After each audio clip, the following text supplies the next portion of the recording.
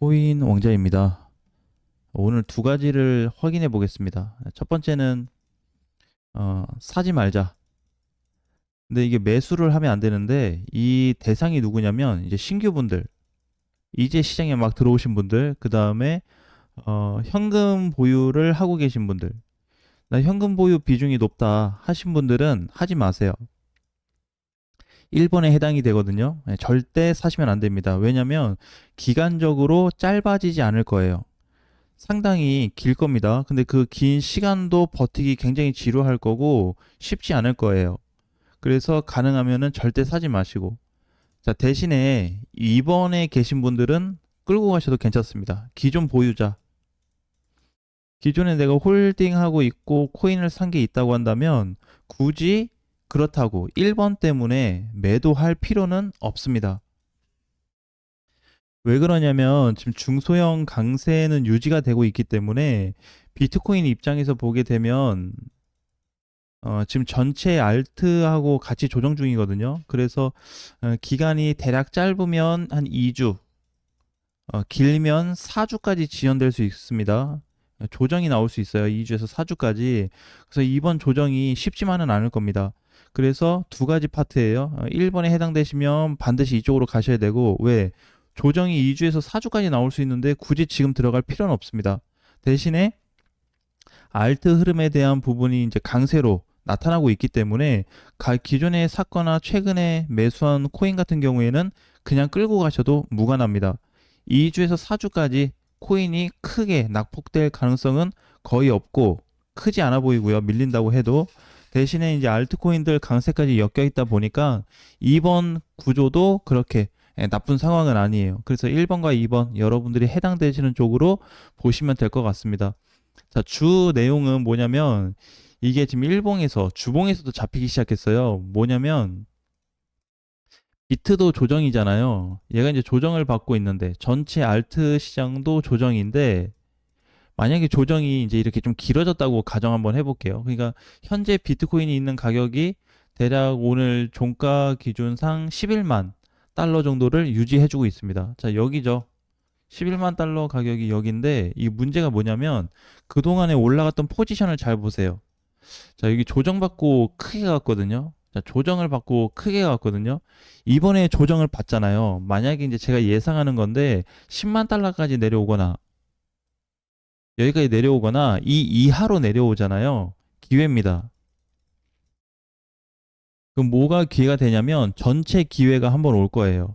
그럼 여기에서 빠질 동안에 비트코인하고 이더리움이 약간 데미지를 받을지는 모르겠지만 알트코인까지 데미지 받을지는 알 수 없습니다. 기존에 23년도부터 현재 25년도 9월까지 기준을 놓고 보게 되면 2년 9개월 동안 알트코인들이 하락이 됐나요? 아니에요. 정확히 얘기하면은 박스장을 만들어 줬지 하락은 되지 않았습니다.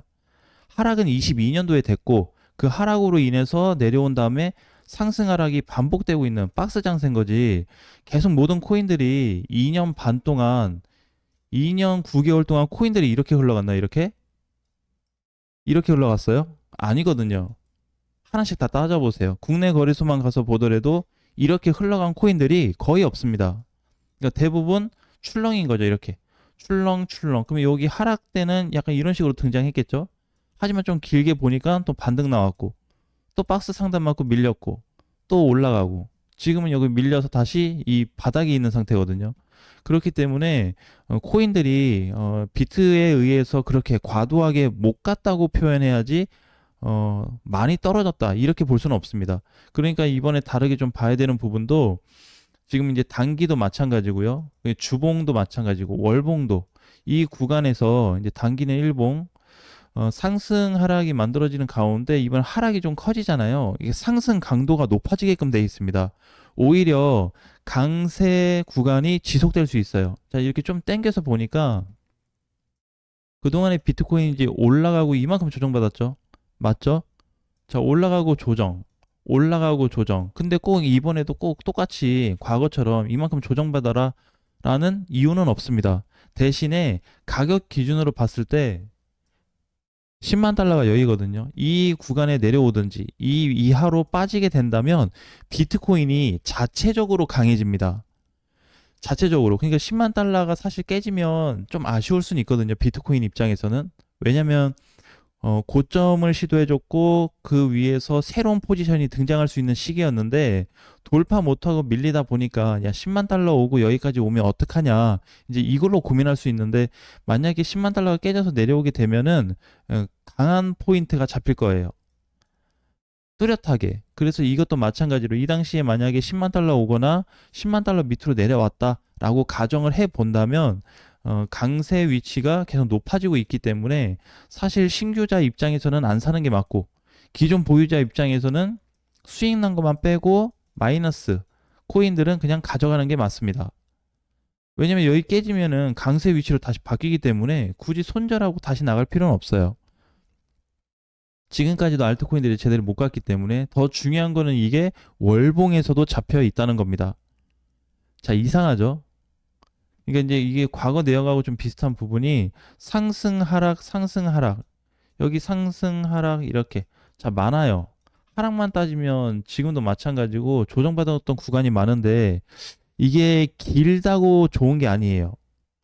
왜냐면은 뭘 가지고 이제 코인이 비트코인이 강해질 수 있냐 이제 그걸 얘기하는 거냐면 일정한 높이를 올라갔을 때 이거 높이를 얘기하는 거거든요. 높이를 찍고 나서 밀리는 구간에서 이때처럼 굉장히 오랫동안 버텨줬잖아요. 근데 이런 거 말고 버틴다 그래서 포지션이 좋아지지 않습니다. 밀리는 또 높이에 따라서 얼마나 낮게 떨어졌냐 이거에 따라서 또 포지션이 바뀌게 돼 있거든요. 근데 이게 정확히 따지면은 여기하고 여기 때는 되게 약했어요, 사실. 그러니까 지금 강한 부분이 어디냐면은 강세가 나타나는 구간은 여기랑 여기. 지금 여기 이번에 밀리면 또 옵니다. 이 동그란 박스 안에 다시 들어오게끔 돼 있어요. 그 네모를 제외한 네모 상태로 간다 그러면 그냥 망가지는 거고요. 그냥 붕괴인 거고 동그라미 라인까지 내려왔을 때 뭐 여기든 여기든 가격대가 성립이 돼준다고 한다면 다시 한번 강하게 상승 라인이 이어질 수 있습니다. 그러니까 지금 얘기하는 거는 뭐냐면 23년도부터 지금 비트코인이 이렇게 올라가고 있잖아요. 그죠? 상승 지속 중이에요. 중간에 조정이 나왔어도. 이게 연장이 될 거예요. 밀려서 깨져서 내려온다고 하더라도 다시 올라갈 겁니다. 자, 근데 이제 이렇게 볼 수 있죠. 이건 너무 긴 얘기 아니냐. 그죠? 이렇게 돼버리면 시장도 상황도 안 좋아질 거고. 그런데 당장 고민할 필요는 없어요.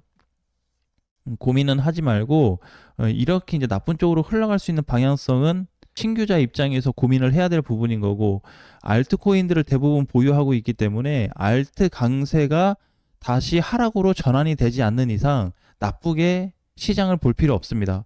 그다음에 지금 개별 코인들도 마찬가지지만 굳이 하나하나 검토하면서 뭐 얘는 갖고 못 갖고 그거를 따질 필요도 없어요. 오늘도 마찬가지지만 국내 거래소 같은 경우에는 지금 또 오전이라서 양봉 캔들이 뭐 조금씩 진짜 조금 올라가는 부분이 보여지는데 자, 골렘 같은 경우 한번 볼까요? 골렘. 아까 전에 이제 비트코인이 많이 못 간 거에 비해서 골렘이 월봉상 보게 되면 어 23년도 기준으로 봤을 때 계속 떨어졌잖아요. 그죠? 아 근데 골렘은 잘 갔네요. 그림이. 네, 잘 갔네요. 얘는 다른 코인들에 비해서는 박스 라인이 좀 높게 잡혀 있어요. 이렇게. 그러면 이번에 이제 하단을 과거에 오고 나서 이번엔 내려오진 않았네요. 골렘이 생각보다 잘 갔네요. 자, 만약에 다른 코인, 파워레저로 본다고 했을 때는 파워레저는 마찬가지. 크지 않습니다. 그러니까 얘가 많이 떨어졌냐? 그것도 아니에요, 사실. 그러니까 많이 떨어진 것도 아니고요. 많이 올라간 것도 그렇게 없어요. 왜냐면은 이 구간 안에 갇혀서 움직이다 보니까 큰 메리트 있는 부분이 없습니다, 사실. 그렇죠? 상승 시도는 계속 해주고 있고, 근데 밀리고 있고, 하단부 오면 반등, 반등, 반등인 거고. 그러니까 2년 3개월 동안, 9개월 동안 거의 갇혀 있는 상태예요. 모든 코인들이. 얘만 그런 게 아니고 폴리메시도 마찬가지입니다. 그죠? 그러니까 이것만 따지면 하락이 맞죠. 근데 전체로 따지면 아 그냥 뭐 여기를 계속 반복해서 왔다 갔다 해줬구나 이런 부분인 거예요. 그러니까 비트코인이 무조건 자기 혼자 올라간다고 떨어진다고 해서 알트코인이 뭐 나쁘다 못 간다라고 정의를 내릴 수가 없는 상황인 거고 현재 이 시점에 따라서 알트코인에 대한 갑자기 급반등에 대한 부분을 계속해서 열어두셔야 돼요. 비트코인을 부정적으로 보거든요. 지금도 부정적인 입장인데 이게 어떻게 당분간 더 길게 지속이 될 겁니다. 근데 이 사이에서 알트를 관심 있게 보셔야 돼요. 지금 유일하게 올라갈 수 있는 거는 중소형 알트코인들밖에 없습니다. 근데 걔네가 이번 시장이 약세일 때 얼마나 큰 힘을 발휘해 줄 수 있는지, 그 다음에 어제 얘기했었던 이더리움으로 아침 종가로 무너지진 않았거든요. 어제 아마 밑꼬리를 달고 이탈 발생이 됐었는데 다시 살려놨다 보니까 아직 깨졌다고 볼 수 없어요. 그래서 이더리움도 지금 강세 유지, 상승 강세가 나올 수 있는 중요한 자리라 그랬잖아요. 아직도 결정이 난 게 없습니다. 그러니까 붕괴 확정은 아니기 때문에 상승에 대한 포인트를 계속 열어놓고 계셔야 돼요. 그러니까 이런 지금 사이에 있어요. 그러니까 어제부터 오늘까지 총 내용을 통합해서 보게 되면은 결국에 이더하고 알트코인은 전체 시장 조정 중에 좋아질 수 있는 가능성이 열려 있다고 보시면 됩니다.